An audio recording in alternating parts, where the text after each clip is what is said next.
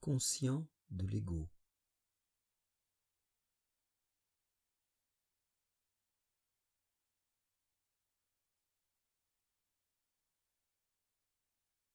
Je m'installe, assis ou allongé, dans une position stable et confortable, afin de rester immobile.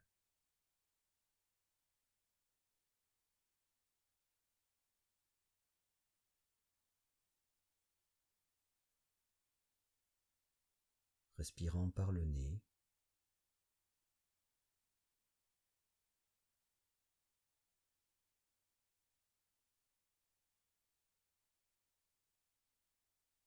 sentant le ventre se gonfler et se dégonfler,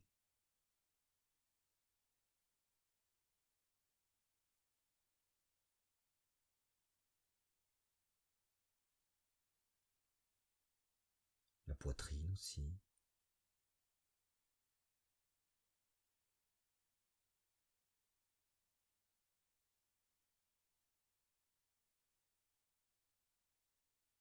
Mon diaphragme qui descend, puis remonte,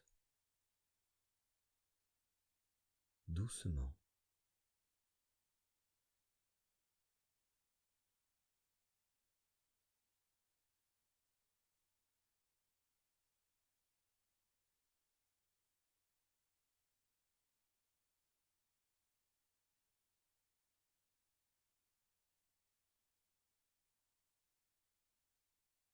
Je me rappelle ce que je fais là.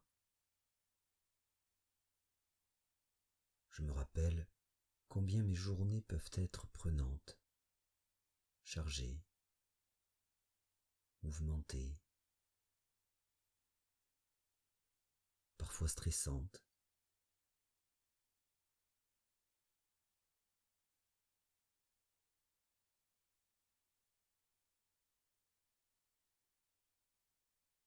Je me rappelle combien l'immobilité de mon corps me fait du bien.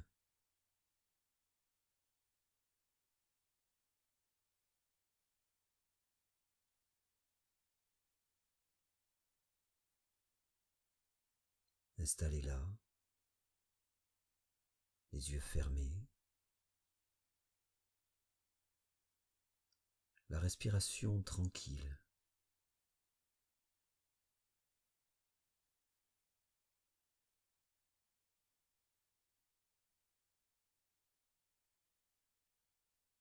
Mon ventre se gonfle et se dégonfle.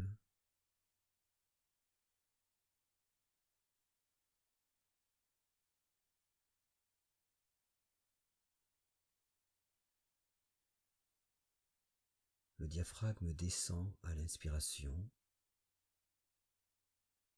puis monte à l'expiration.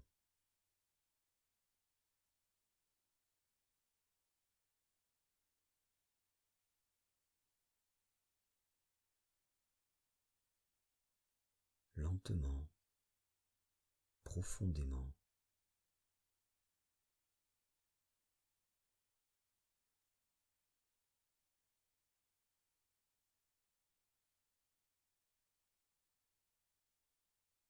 Dès lors que je laisse aller mon ventre sous les mouvements du diaphragme,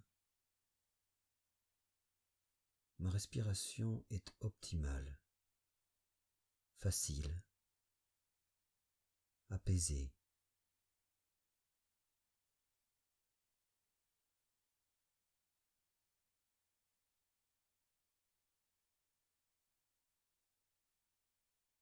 Mon ventre se détend.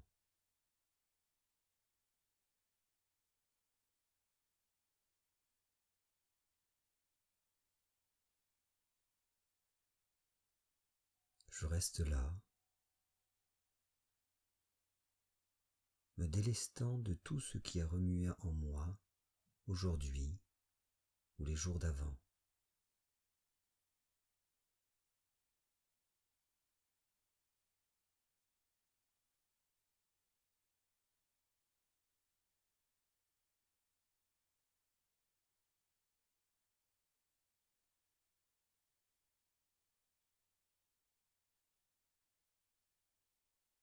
J'en ressens encore les échos un peu partout dans mon corps.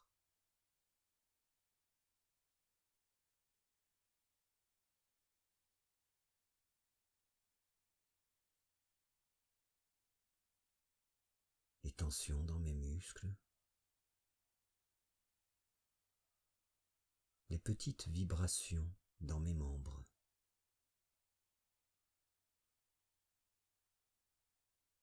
La lourdeur dans mes pieds,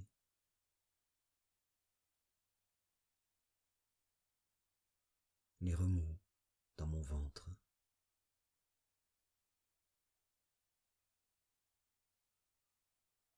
les sifflements dans mes oreilles,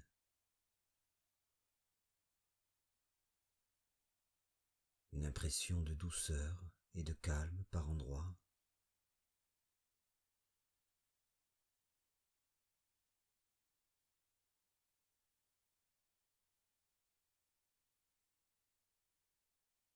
Ces remous se forment à certains moments de mes journées, puis s'en vont en fonction de ce que je vis. Ça vient, ça repart, ça revient.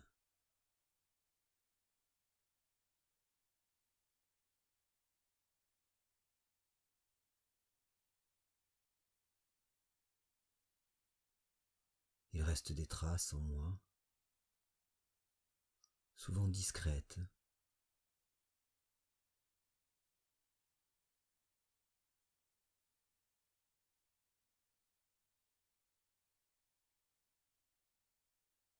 de la légèreté dans ma poitrine,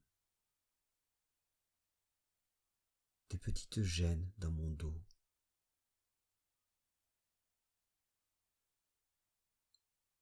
une pointe, un empêchement encore présent dans ma gorge.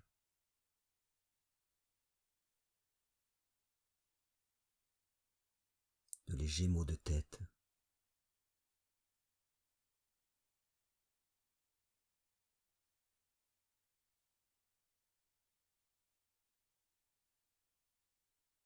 chaque jour, je suis pris par ce que je vis.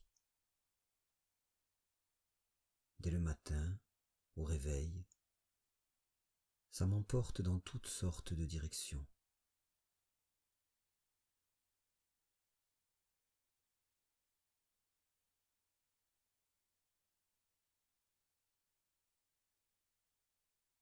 Les paroles que je prononce ou que j'entends, le bruit, les objets, les couleurs, les mouvements autour de moi, mes propres mouvements, les odeurs, les sensations sur ma peau, dans tout mon corps.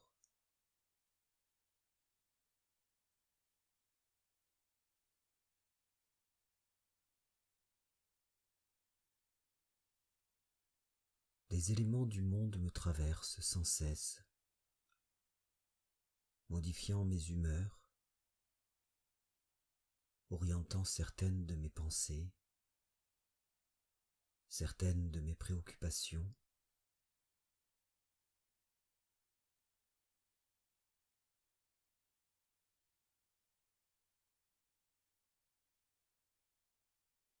Même des choses très éloignées me touchent. Des nouvelles à la radio, à la télé. Un souvenir qui surgit, une crainte sur l'avenir.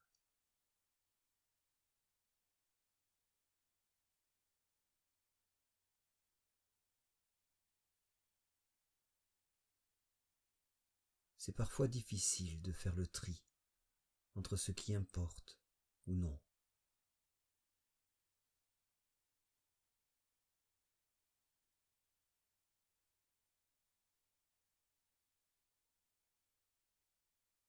Certaines de mes réactions me semblent disproportionnées après coup, ou bien pas assez marquées.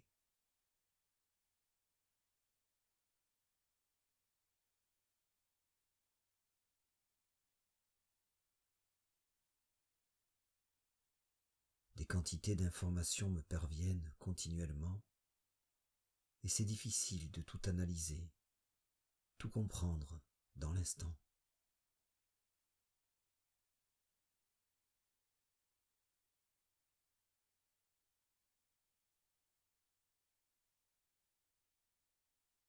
Ce que je vois, ce que je touche, mes déplacements, ce qu'il se passe autour de moi, ce que j'anticipe, les sensations qui émergent, les souvenirs qui peuvent m'être utiles, mes pensées,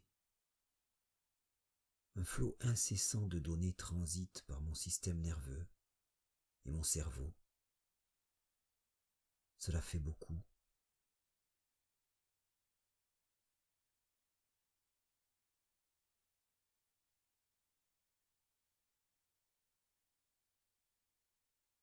Et une partie de moi avance en roue libre. C'est inéluctable.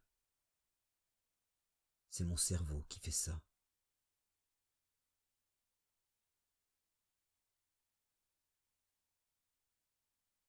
Ne pouvant tout réinterpréter à chaque instant, tout recalculer consciemment, repenser, réagencer, il repère ce qui se répète et le traite rapidement, comme les fois d'avant, donnant le même type de réponse.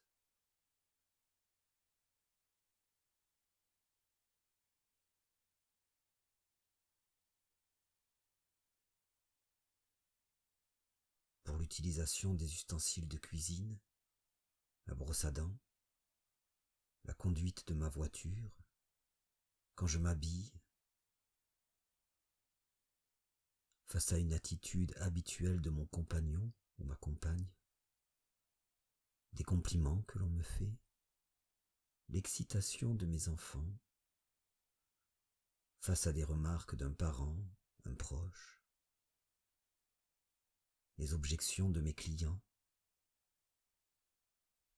l'argumentation d'un certain interlocuteur.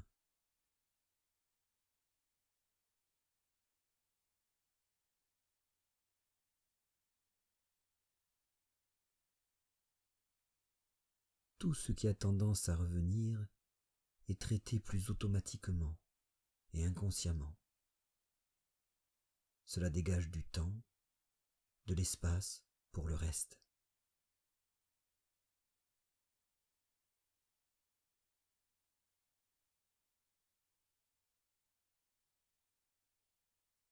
Mes gestes, mes mots, mes attitudes, mes comportements deviennent par endroits automatiques.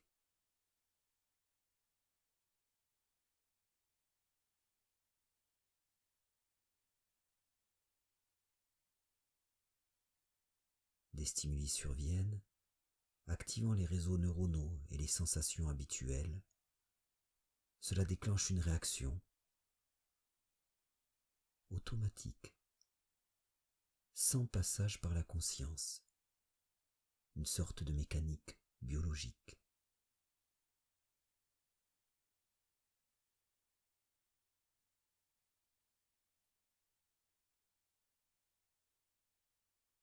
Et sans conscience, j'agis difficilement dessus.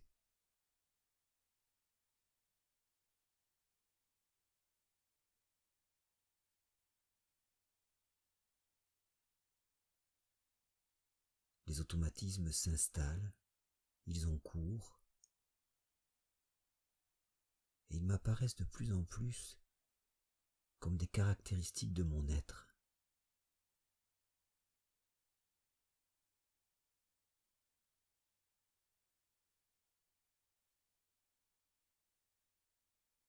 Les choses se font ainsi, je me sens tel qu'ils me font.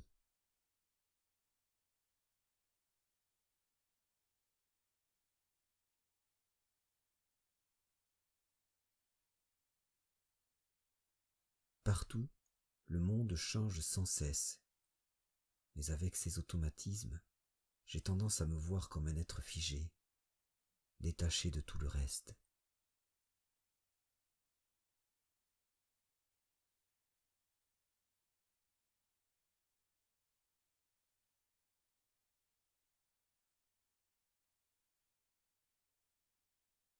je nourris des images arrêtées de moi-même.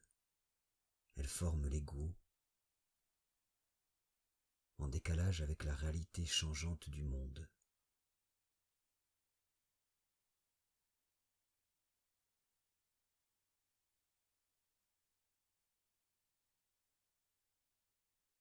Plus j'y crois, plus je me vois comme ci ou comme ça, n'ayant pas vraiment le choix.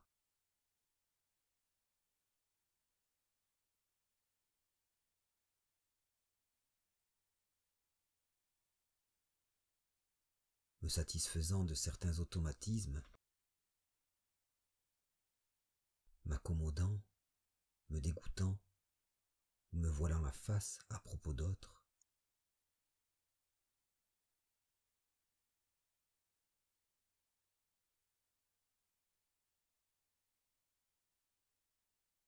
bien sûr, quand un de mes comportements semble efficace, c'est une grande victoire. Mon ego me semble fort, beau. Il soulève tous les détails, attestant de ses qualités. Se comparant même à d'autres, appuyant sur ce qui l'avantage.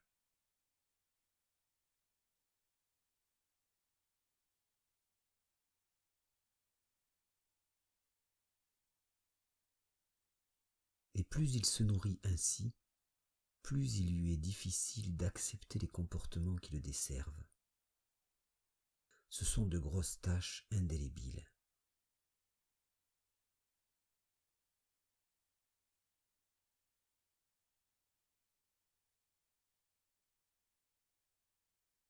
Avec eux, mon ego s'altère, et c'est terrible, car ça semble gravé à jamais.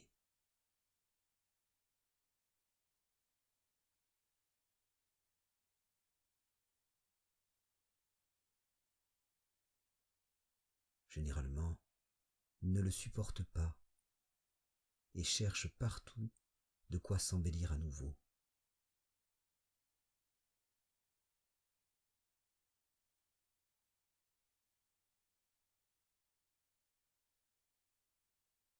Se revendiquant tel qu'il est, vantant ses caractéristiques quelles qu'elles soient, même si elles engendrent de la souffrance autour, même si elles me desservent de différentes manières. L'ego se persuade de leur mérite, leur intérêt, leur originalité, jouant avec les faits s'il le faut, les transformant, focalisant sur des éléments, en négligeant d'autres.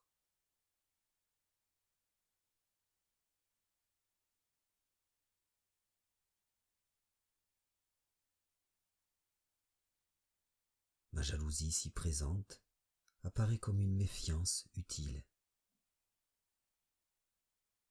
Mes colères, même fréquentes et dévastatrices, éviteraient de me laisser marcher sur les pieds.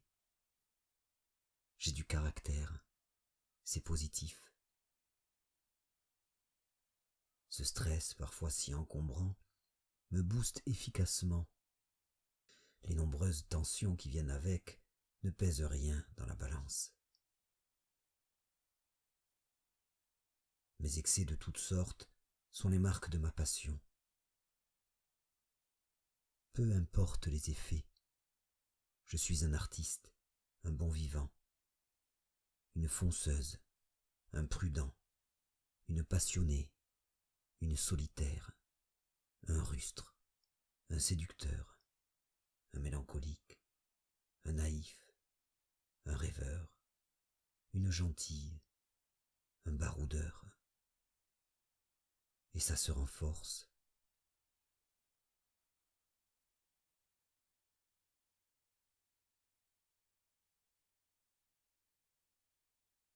Par ces remous incessants, mon ego prend de l'ampleur, comme si lui seul importait, comme si j'étais lui.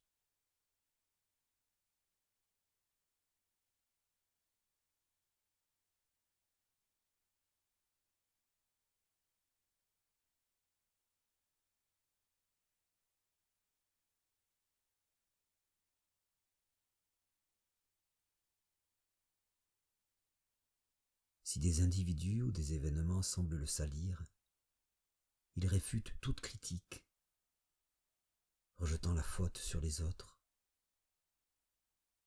Mes interlocuteurs, mes amis, ma famille, mon enfance, ma compagne, mon compagnon, mon ex, mon statut social, mon milieu professionnel, ses pressions, la société, ce qui se passe autour de moi.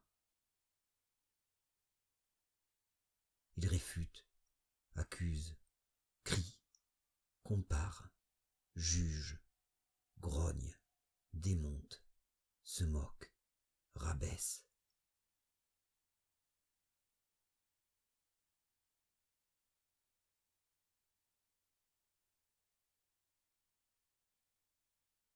Bien sûr, il n'est jamais totalement hors sujet. Tout ce qu'il attaque peut avoir de réelles influences sur moi, sur ma vie. Mais il focalise sur eux, sur ses combats, comme si rien d'autre ne comptait.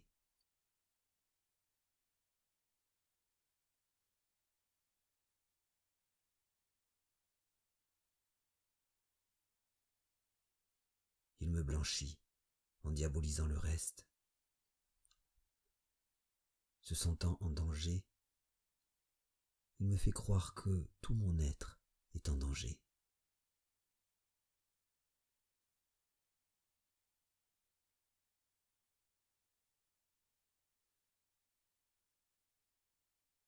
Plus je crois dans l'ego, dans cette image arrêtée de moi-même, moins j'accepte ce qui me semble l'entacher.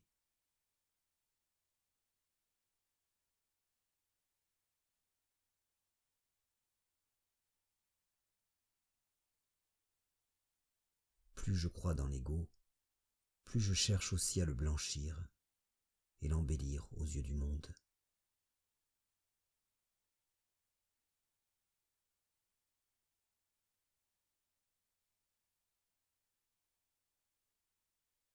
Plus je crois dans l'ego, plus je me plonge en lui, dans ses combats.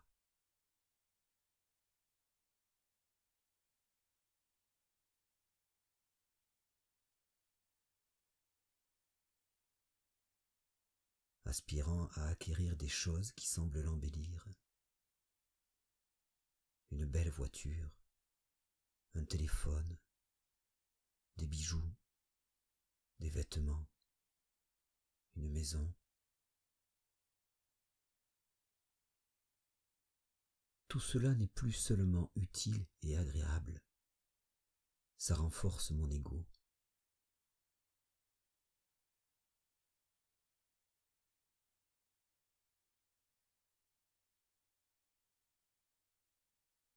J'utilise encore l'argent, le pouvoir, la renommée, une réputation, un statut social, mes succès.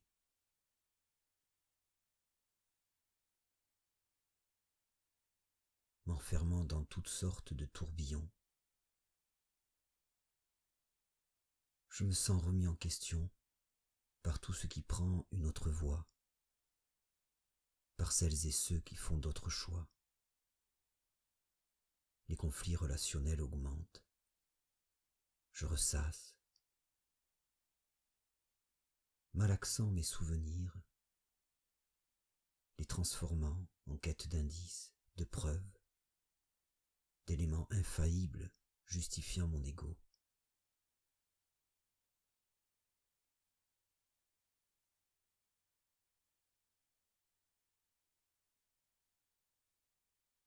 Je me projette aussi dans le futur, là où les images sont tout autant modelables, si ce n'est plus.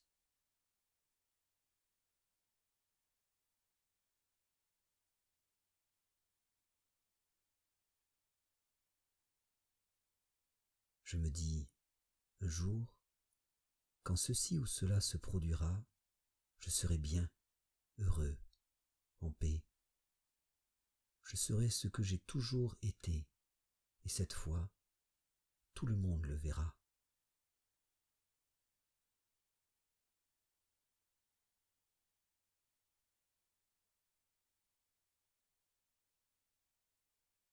repartant déjà au combat pour cette chose qui n'existe pas, pour du vent.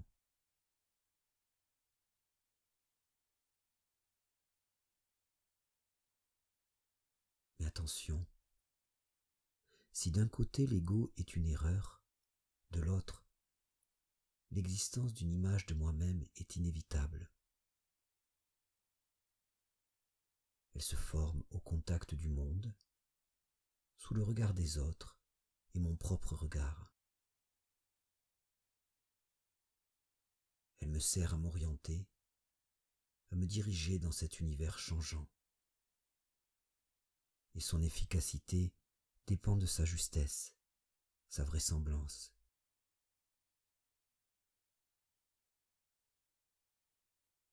Elle doit coller à la réalité changeante du monde et ne peut donc être fixe.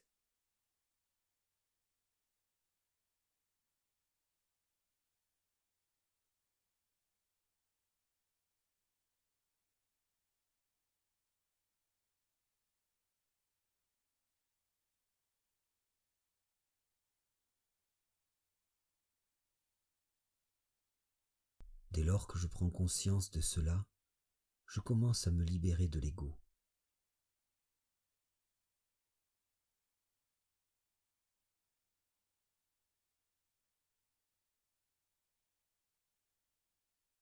Pour aller plus loin, il me faut découvrir ou redécouvrir tout ce qu'il a édifié en moi.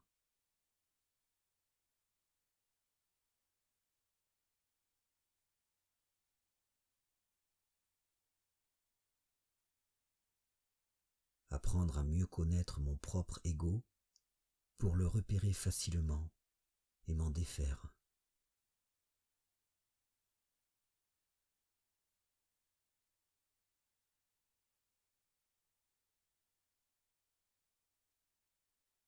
Il n'est pas moi. C'est pour cela que je peux l'observer sous tous ses aspects. L'observer, quitte à y déceler quelques facettes nauséabondes.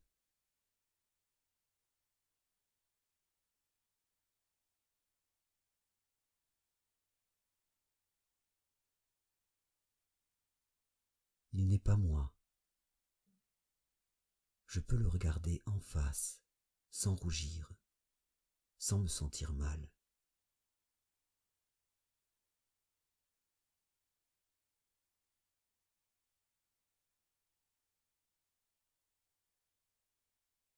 Il n'est pas moi, et je peux m'en défaire.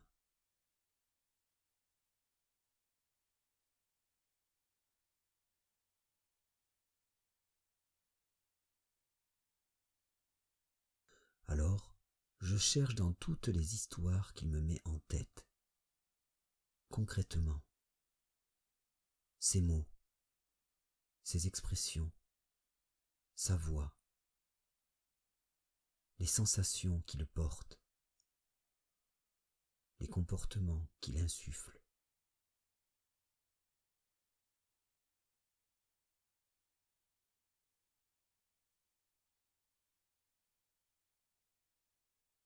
J'observe l'ego, de loin, comme un corps étranger.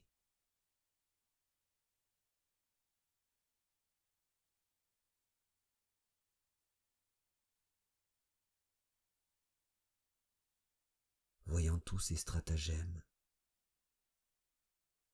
sa façon de me flatter, d'accuser, de m'aspirer dans la colère, la jalousie, la peur, la tristesse, l'angoisse.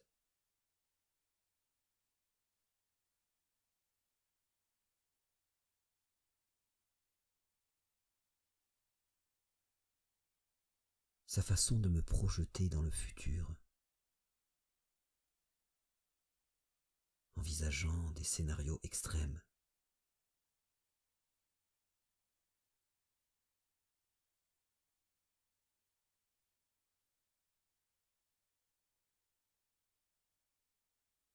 Non, je prête aussi attention à l'ego qui compare dans toutes ces situations.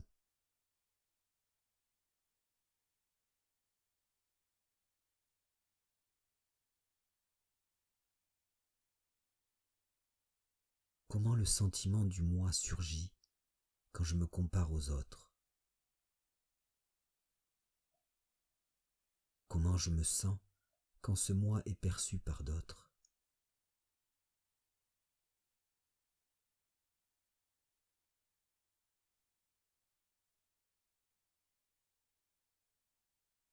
Je note ce qu'il se passe quand on le critique, quand on l'insulte, le déprécie.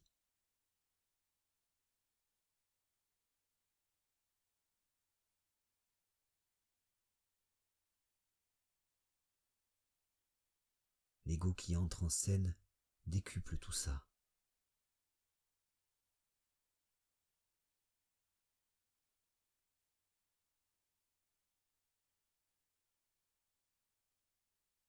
Je vois d'autres moments encore, d'autres moi, plus puissants peut-être, plus légers parfois.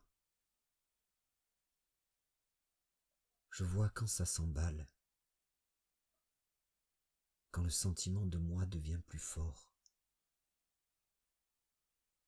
quand l'ego s'en mêle. Comment je me sens alors? Comment les autres répondent à cette présence-là?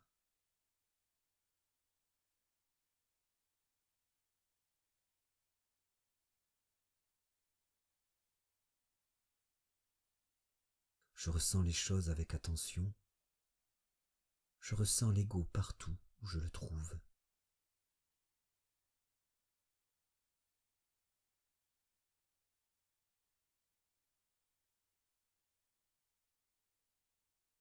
L'observant, le laissant parler, le laissant aller.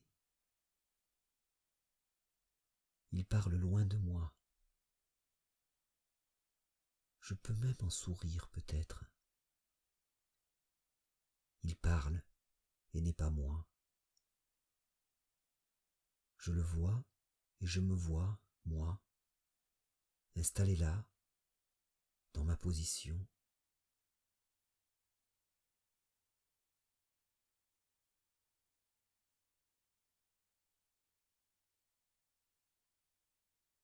Je me vois, moi, conscient de l'ego. Il parle, tandis que je reste immobile. Ces échos lointains ne m'intéressent plus.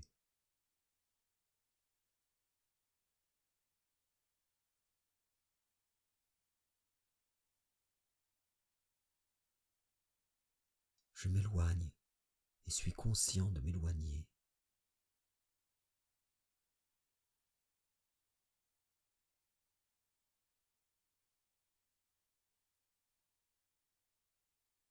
Conscient de ma présence, sans lui, ma présence qu'il observe.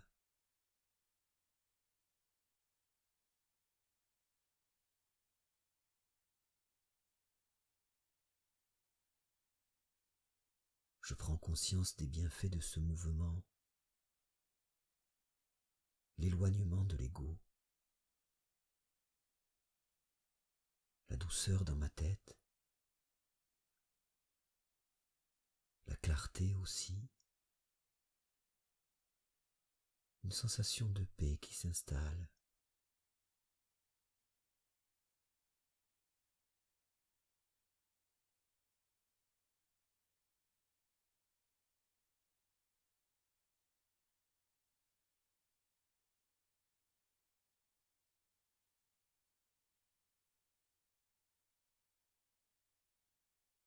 Là, dans le présent, je cesse de placer mon attention sur quoi que ce soit, sans focalisation ni distraction particulière.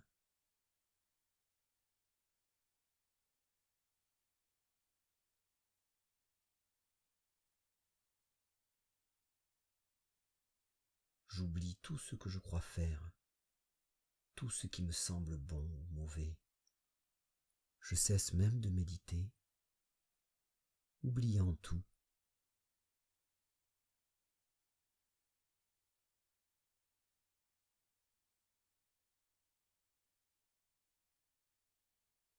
Je reste là, en paix avec les pensées, les émotions ou perceptions qui apparaissent librement et s'en vont.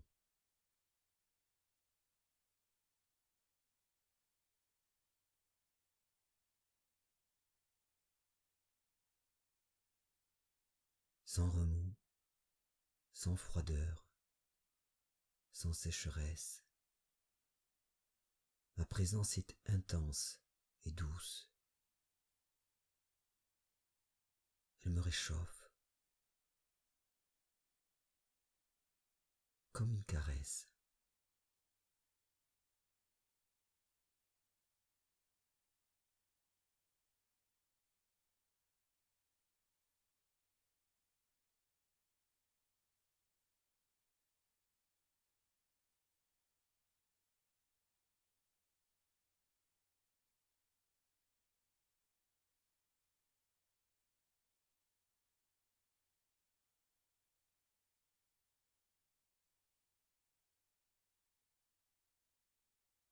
Cet état est toujours là, souvent derrière le brouillard mental, le brouillard produit par mon ego. Je le regarde en face, en sachant que je peux l'évacuer, voyant ses effets plus nettement. Je pose sur lui de nouvelles sensations qui me signaleront sa présence, l'intrusion de l'ego.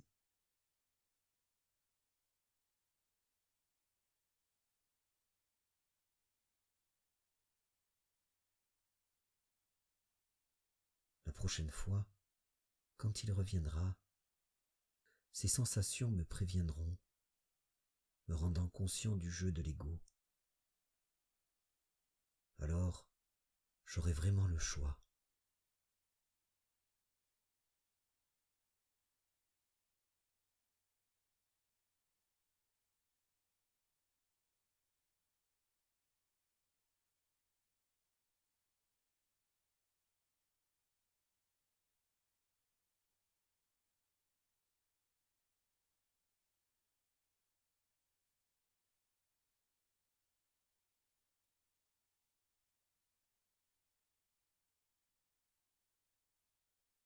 Voilà, je reviens à l'instant présent, je reviens à ma présence.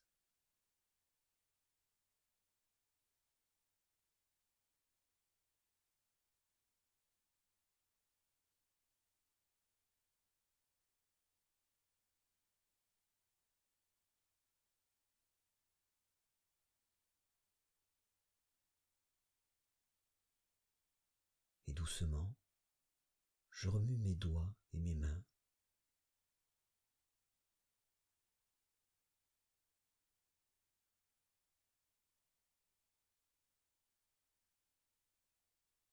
Je tends un peu mes bras et m'étire lentement.